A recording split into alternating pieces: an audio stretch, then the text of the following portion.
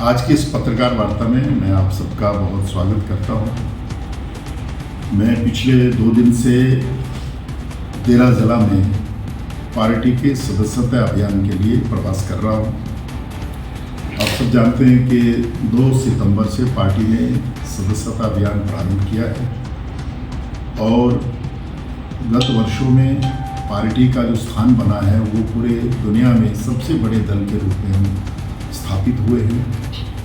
पिछले membership drive में हम चाइना की पार्टी को पछाड़ के 1 नंबर पर आए। इस बार भी पार्टी का ये अभियान पूरे जोश शोर से चल रहा है और हमारी कोशिश है कि हम 1 नंबर की पोजीशन को बनाए रखें। पूरे प्रदेश में धीरे धीरे जो सरकार है उसके प्रति जो लोगों का मोह भंग हो रहा है, जो वायदे और तख्तियाँ चुनाव के समय में टांगी गई, वायदे किए गए, उसमें चाहे महिलाएं हों, चाहे किसान दूध और गोबर की खरीद के लिए हो, सबको निराशा होगी। युवाओं को निराशा होगी, महिलाओं को निराशा होगी। और महिलाएं तो मजाक में कई बार कहती हैं कि वो बटुए भी हमारे पुराने हो गए, धो धो करके भी हम वो हो गए, लेकिन वो पैसे अभी नहीं आए। तो इतनी भयंकर निराशा में और काम काज के मामले में भी लोगों को लगता है कि विकास जैसे ठप जा पड़ा है और सरकार एक ही रोना कि भाई हमारे फाइनेंशियल हालात ठीक नहीं है। कर्जे पर कर्जा अभी भी लिया जा रहा है, पहले भी लिया जाता रहा है। इस प्रदेश की स्थिति रही है कि हमेशा सभी सरकारों ने कर्ज लिया है, इसमें कोई दो राय नहीं। आप भी ले रहे हैं, फिर रोना नहीं चाहिए। जब आपको पैसा उपलब्ध हो रहा है, सरकार से आप ले रहे हो, तो जो आपने वायदे किए हैं वो सब सोच समझ के किए होंगे, ऐसा लोगों को लगता है तो उनको पूरा करना चाहिए। तो जो निराशा इस समय हुई है, उस निराशा के कारण भाजपा के प्रति सदस्य बनने के प्रति लोगों का उत्साह बढ़ा है। जहाँ जहाँ अभी हमने 2-3 दिन दौरा किया, लेकिन एक कंपटीशन है और अभी हम उस टेक्नोलॉजी के उपयोग कर रहे हैं कि मेंबरशिप ड्राइव में उस टेक्नोलॉजी के कारण थोड़ी हमें कठिनाइयाँ आ रही हैं। कई बार गांव में उतना लोग समझ नहीं पा रहे हैं, उसका उपयोग नहीं कर पा रहे हैं। कईयों के पास वो अच्छे मोबाइल ना होने के कारण भी कठिनाइयाँ आ रही हैं। लेकिन इसके बावजूद भी हम इस बात पर आशान्वित हैं कि हम पुराने रिकॉर्ड को पार करके जो पार्टी ने टारगेट किया है उसको अचीव करेंगे और इस सदस्यता अभियान को पूरी तरह से सफल करेंगे। इनमें तीनों में थोड़ा देरा में हमारा अभी थोड़ा अभियान बाकी क्षेत्रों की तुलना में थोड़ा कम था।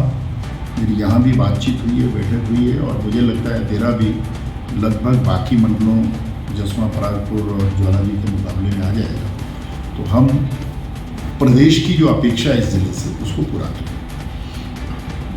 सदस्यता अभियान में बहुत ही पुराने लोग और बहुत ही प्रोमिनेंट लोग आगे आ रहे हैं।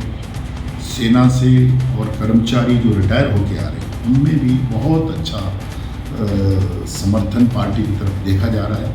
और मुझे लगता है कि पिछली विधानसभा चुनाव में जो थोड़ा बहुत लोग वायदों में आ गए थे और अभी वो ठगा हुआ महसूस कर रहे हैं, वो सब लोग अब पूरे जोश से भारतीय जनता पार्टी के साथ जुड़ रहे हैं। एक तो मुझे ये कहना था। दूसरा, मैंने जो कहा कि प्रदेश सरकार के कारण निराशा है।